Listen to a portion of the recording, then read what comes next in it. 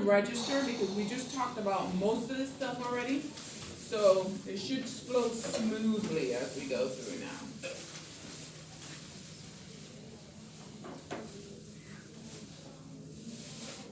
We're not doing GI at all?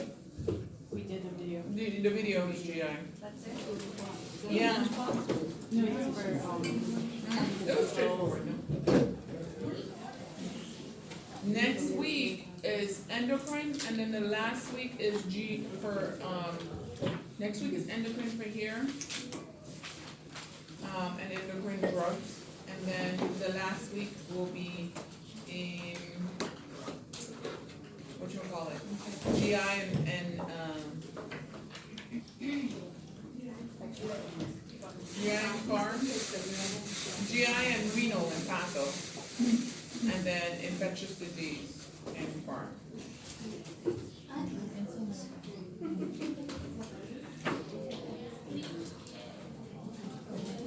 All right, guys. So we don't have to go through the pathophysiology, so it's not really 140 slides. So we all know what the central nervous system is made up of. If you guys hear it again, you're gonna like vomit. But I just want to say it just so you get it, impregnated. Brain, spinal cord, peripheral nervous system, nerve roots, cranial nerves. Okay? The brain coordinates activities. It's the main processing center. We have a whole lot of neurons that can go crazy. We have different parts of the brain that govern different parts of our body.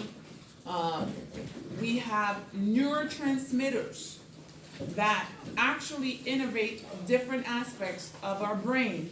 And these neurotransmitters are what the drugs that we use to treat central nervous system disease actually manipulate.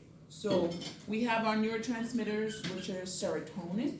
Serotonin is an inhibitory neurotransmitter, but it actually affects mood and affect. It's like the feel-good type of neurotransmitter. Okay. Then we have dopamine. Dopamine is a pleasure-seeking, happy neurotransmitter. Okay.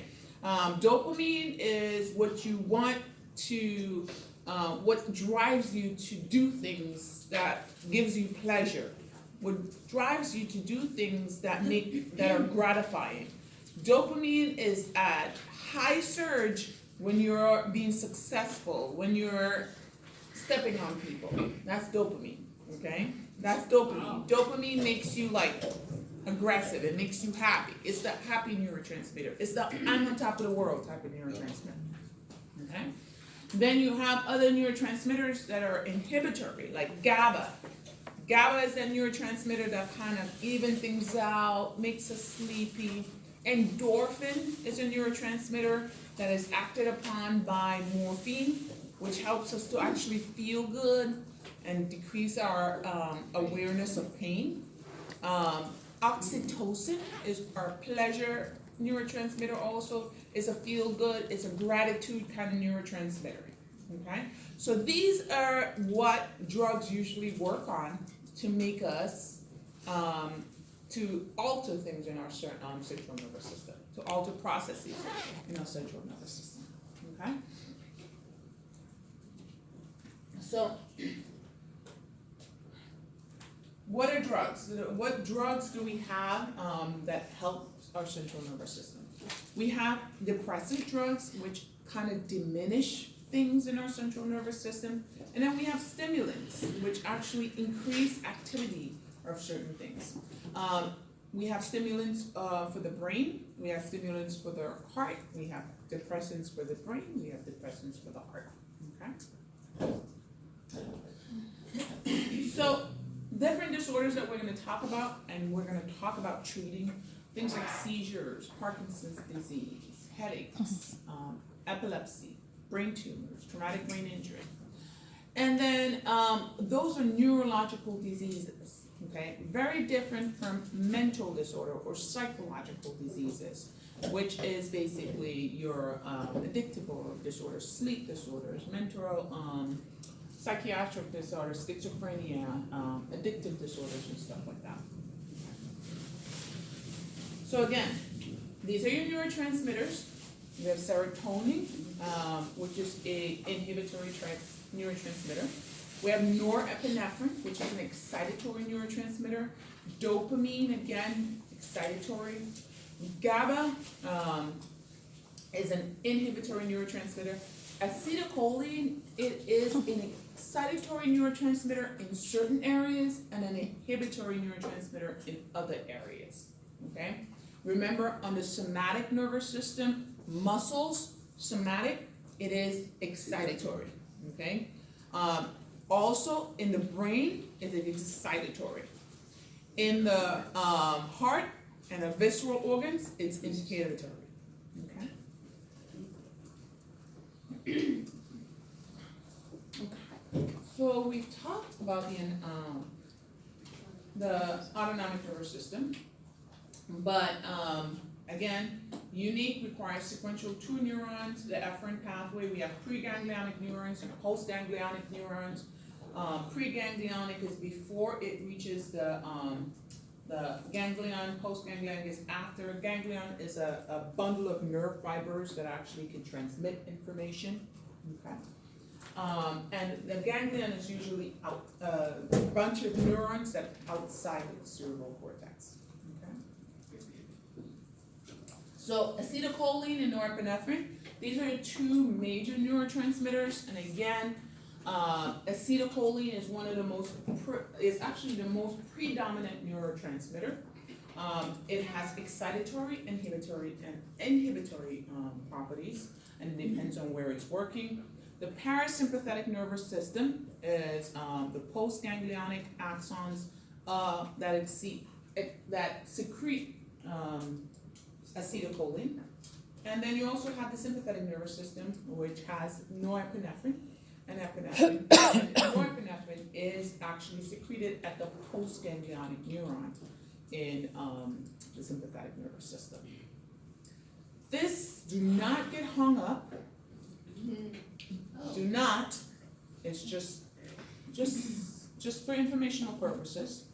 So somatic nervous system, acetylcholine is released from the central nervous system. At the somatic nervous system, it is an excitatory neurotransmitter and it excites the skeletal muscles.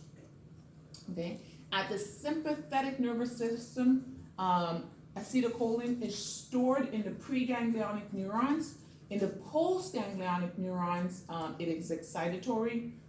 It actually can excite the smooth muscles.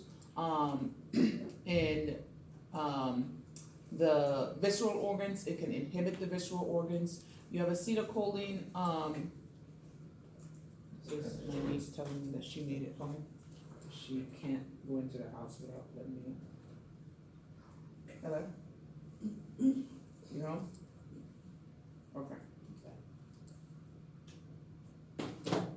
I have so much alarms on my house that she has to tell me when she opens the door to get in the house.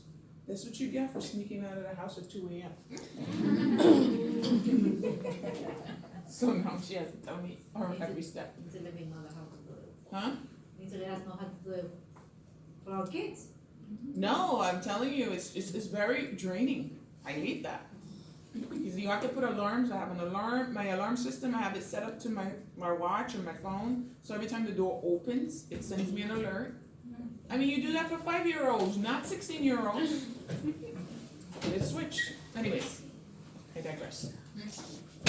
So in the sympathetic nervous system, again, we secrete acetylcholine.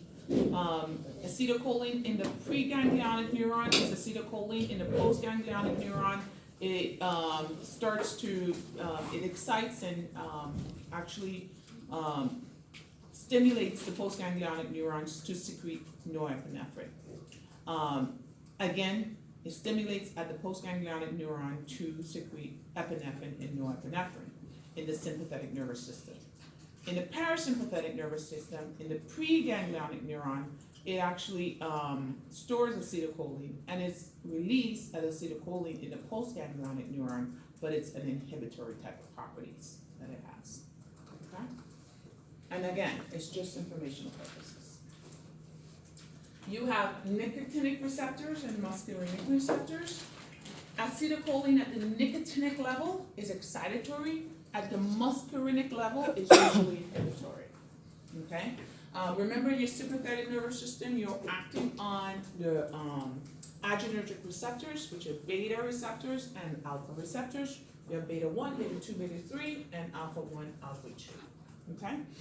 Remember your beta 1 is in the heart, your beta 2 in the lungs, your beta 3 is in the adipose tissue, alpha are in the vessels, the vascular system. Okay?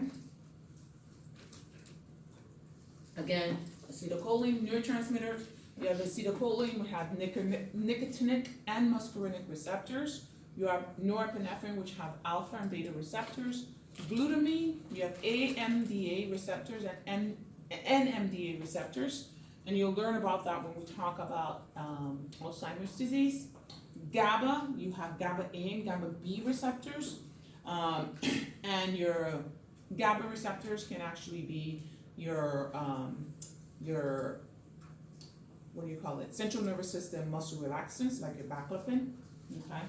And you know, we use GABA inducers. All your benzodiazepines are GABA inducers. A lot of the meds you use to treat seizures are GABA inducers. GABA inducer because GABA again is an inhibitory neurotransmitter. Glutamine is an excitatory neurotransmitter, and a lot of meds that you're going to use, especially to treat seizures, is going to be to dampen glutamine. Okay, so in treating, when you're treating seizures, you're you're increasing GABA and decreasing glutamine. Okay, and then ATP. Not much with neurotransmitter we use it for. I don't even know when we use it or how we use it.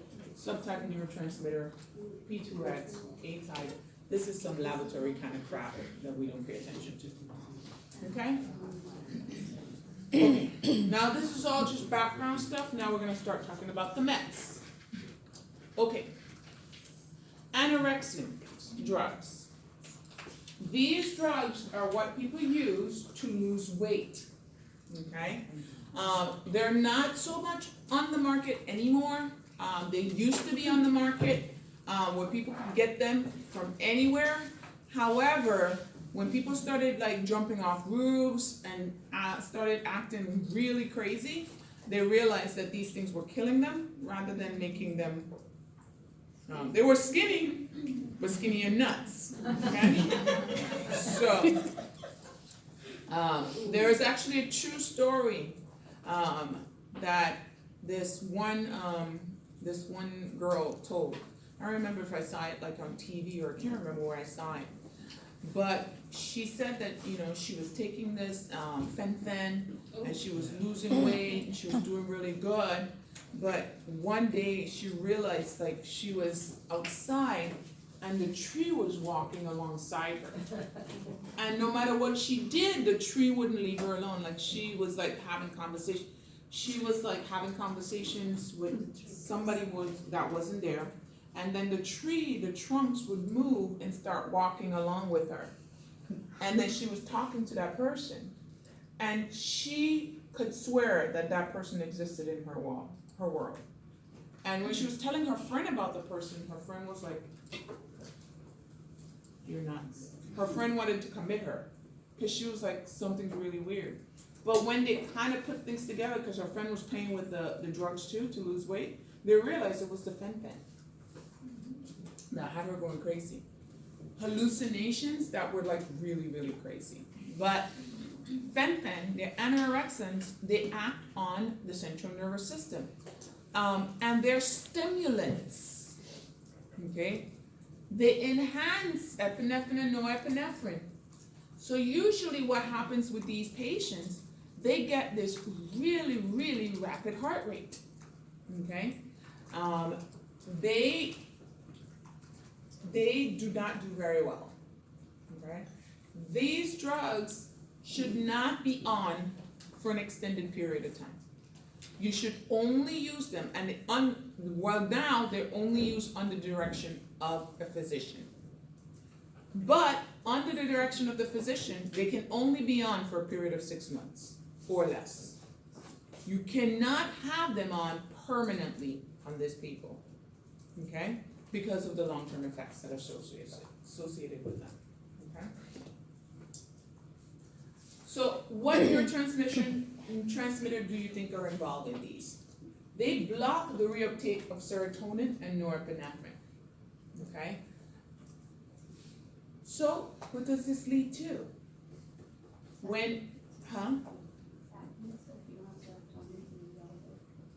Well, they stop the reuptake. The reuptake that occurs is needed for serotonin to be broken down. So if they stop the reuptake of serotonin, they actually allow more serotonin at the nerve junction. So any drug that tells you that it stops the reuptake, it doesn't stop the body from using it. It actually enhances it because it leaves more at the nerve junction. So when they say stop the reuptake, it's like stopping the breakdown of. So you're stopping the breakdown of serotonin and norepinephrine. So you are making serotonin and norepinephrine more available at the neuromuscular junction.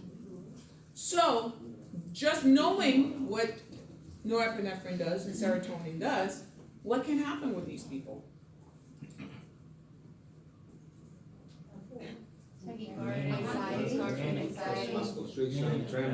Tremors, elevated blood pressure, significant elevated blood pressure, headaches, they can have strokes, they can have heart attacks because they're so tachycardic, okay? They can have ischemic events. They can actually do really, really poorly. They can lose a lot of weight because it actually blunts your appetite. But again, they'll be skinny and crazy. Skinny and dead. Chunky and happy. Chunky and It's better to be chunky and happy. Okay? The serious side effects that are associated with them are related to the neurotransmitters that they allow in the body and the effects of the neurotransmitters on the body. So you need to monitor these patients very closely. Okay? They should not be used in patients who just need to lose a little bit of weight. Okay? And they should not be used unless there's a doctor who's consulted on this patient. Okay? Short-term use, 8 to 12 weeks. Okay? I said 6 months, it's 8 to 12 weeks, that's even less. Okay? It's like 3 months. They should not be used over an extended period of time. Ever, ever, ever, because the backlash or the effects that happen can be even worse. Okay? Chemical and pharmacologically related to amphetamines. So taking fen-phen is taking a dose of amphetamine. We block people from using amphetamines. They're very addictive, one, and two, the side effects that are associated with them are crazy. Okay? People have been known to have suicidal ideation. People have been known to commit suicide on these drugs. So 8 to 12 weeks and off. Okay? CNS overstimulation, we talked about it. Agitation, confusion, dizziness, hypertension, headache, palpitation, arrhythmias. All these are doing is enhancing the sympathetic nervous system. Okay? Because they're sympathetic, they're sympathomimetics. If you're sympathomimetic, you mimic what the sympathetic nervous system does. If you mimic what the sympathetic nervous system does, is your fight is always on. Okay, remember they say fight or flight? It is always on in these patients, which is never a good thing. Okay? Increased glucose uptake in the skeletal muscles. So you have patients who you can eat and they break down food really, really fast because they're pulling glucose into the skeletal muscle. They're breaking down food constantly. Okay. Giving them with other drugs that block the reuptake of norepinephrine and epinephrine. Other drugs that do that are drugs like tricyclic antidepressants. They're drugs like serotonin reuptake inhibitors, MAOI inhibitors. All these drugs will actually cause severe hypertensive crisis if used along with these anorexic agents. Okay. So again, use very carefully. Under the use of a healthcare provider, they can actually only be on for short periods of time, and then they need to be stopped. They're highly addictive. Okay, so especially if you have patients who have addictive properties, so let's say they've been smokers or have alcoholic tendencies, they cannot be started on these drugs because they are highly addictive. Okay? If they have history of angina or any type of cardiovascular disease, you want to not give them this drug, okay? Because you can have them have a cardiovascular event very easily, okay? So again, remember, there's sympathomimetics. They mimic the sympathetic nervous system. So anything the sympathetic nervous system do, they're a side effect, will be one of their side effects. Hypertensive crisis, palpitations, jitteriness, dizziness, these patients will do very poorly. Okay? We just talked about what a seizure is, so we really don't need to go through it. Again, it's neuronal excitation. A seizure increases the oxygen consumption of the brain to about 250 times normal. Okay? So always keep that in mind when you see someone having seizures or you see someone in status and you're not acting quickly. It increases the metabolic demand of the brain to 250 times normal. That means that patient could actually get severely brain damage from having a prolonged seizure for a very long period of time. Okay? We talked about the different types of seizures. Which one is this? Hey, Carolina, what's going on? Partial. Simple partial. Okay? Which one is this? Legs partial. Okay? Staring off into space, not being there, but just moving hands and feet, wide awake, but not awake. Okay? Which one is this? Absence seizures. Who does that happen in? Kids. Okay. Which one is this? Tonic-clonic. Okay. Which ones involve the entire brain? Absence and tonic-clonic. Okay. Remember, your simple partial is basically one area of the brain that has the epileptogenic focus. The complex partial, the same thing. Complex partials sometimes manifest or transition to tonic-clonic. Okay? So, what are the mechanisms of therapeutic actions of anticonvulsive drugs? We want to decrease neuronal excitation. If we want to decrease neuronal excitation, we're going to give something that's going to enhance the inhibitory effect of our inhibitory neurotransmitter, which is GABA. Okay? We can also, we also have drugs that actually block the depolarization of the neuron. Remember, how do nerves depolarize? By the influx of sodium. Okay? We depolarize by the influx of sodium. And then calcium goes in also and keeps it a little bit longer. The efflux of potassium is repolarization. So to stop the neuronal impulse, we have to stop the influx of sodium. So a lot of these drugs block the influx of sodium. Okay? So they work a lot like the cardiac drugs. Okay? They work very similar. So you Ativan for the Okay, but what is Ativan? it's It's a a benzo. And what is a benzodiazepine? GABA. It's a GABA inducer. Inducer. Okay? So that's what I want you to say. GABA inducers. Okay? So, potentiate the effects of GABA, increase chloride, increase negativity of neuronal membrane, to increase threshold for stimulus and decrease excitation. Okay, so we're going to stop the influx of sodium. We're going to increase chloride so we can increase the negativity so we can actually decrease neuronal excitation. Okay, make sense? So far, so good? We have a whole lot of drugs and they have different classifications. Okay, the different classifications. We said sodium channel blockers, phenytoin, carbamazepine, oxycarbamazepine, Zorantin, and lamotrigine. These are all sodium channel blockers.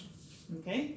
Calcium channel blockers, esasamide, which is the only drug approved for absence seizures. Okay? Esasamide, if you see this, the answer is absence. It's not to treat anything else. The answer is absence. Absence, the esasamide. EUXO, esasamide. You have other slides that have it on there, don't worry. GABAergic, which is your GABA inducers or your GABA agonists, are things like your benzodiazepines, your barbiturates. Okay? Then you have glutamate inhibitors. We want to block glutamate because glutamate is an excitatory neurotransmitter, so we want to decrease that. We have calcium inhibitors. Calcium inhibitors, remember, calcium contributes, the influx of calcium contributes to the action potential. So if I block calcium, I block the whole action potential. Remember, we don't want that neuronal excitation. We want to slow that down. So that's what we'll do. Okay? We have other, your levothyroxine, which is the one that everybody goes to now. And then hormonal, they use progesterone, which I show why. Okay? So these are all the ones we have so far. Okay. So here's another one that gives you sodium blockers. We have carbamazepine, lamotrigine, valproic. We have calcium blockers, gabapentin and pregabalin. Pregabalin is actually, and gabapentin are also GABA inducers. So I'm not sure why they have the calcium channel blockers here. Levothyroxine, they're not sure what class it does, but it's one of the inhibit of vesicle release. Not sure how does it act on there. Your GABA mimetics or your GABA inducers, benzodiazepine, phenobarbital, tiagabine, viagabine, tren, which is valproic acid, your gabapentin, which just from the name tells you it's a GABA inducer. So I'm not sure why it's up here on this. And then pregabalin is also a GABA inducer, so they should be under here. Okay. Glutamate antagonist, NDM glutamate antagonist. Remember, glutamate is a excitatory neurotransmitter, so we want to antagonize glutamate so we can actually decrease neuronal excitation. Anybody have any questions with those? Does that make sense? What the drugs are going to do? This says the same thing. No need to get crazy. Okay? Okay. So, seizure threshold. Anything that lower your seizure threshold puts you at increased risk of having a seizure, okay? So when you hear them say things like, it lowers your seizure threshold, it's because it's allowing you to have a seizure, okay? Your seizure threshold should be high, and that blocks you having a seizure. If your seizure threshold becomes low, then you will be able to have a seizure. Things that lower your seizure threshold are sleep deprivation. You see young people who come in with seizures for the very first time after being awake for several hours. This is actually induced by sleep deprivation. High caffeine intake, like that drink she's drinking right now. Hyperventilation. Sorry, after lunch. Pura filo, she's on seizure percussion. I know. Hormonal changes, especially as we age. Okay. Drugs, infection, metabolic changes. Okay. What kind of hormonal changes? Estrogen changes as we get older. Progesterone changes. And increase that. Okay. Anticonvulsive medications that are being used for treatment of mood disorders. We use valproic for mood stabilization. We also use carbamazepine for mood stabilizers. Again, this is how it works, and we talked about how it works already. Okay? Okay, clinical efficacy of anticonvulsive medication only manifests after steady state is reached. So, a steady state for a typical anti-epileptic drug is 5 half-lives. What does that mean? It means that if someone comes in with a seizure, in order for you to increase their seizure threshold, you have to bolus them. That's why we always give it, IV first and then we put it on But you have to give a loading dose. You cannot, if their normal dose is 250 milligrams twice a day, and they come in having a seizure and you give them 250 milligrams, it is not enough. You have to bolus them because you have to bring them up and increase their seizure threshold. If you don't give them that bolus, you're not going to get them to that steady state. Okay? So you have to give them enough to bring them to that steady state in a one shot, and then continue the meds. Okay? Abrupt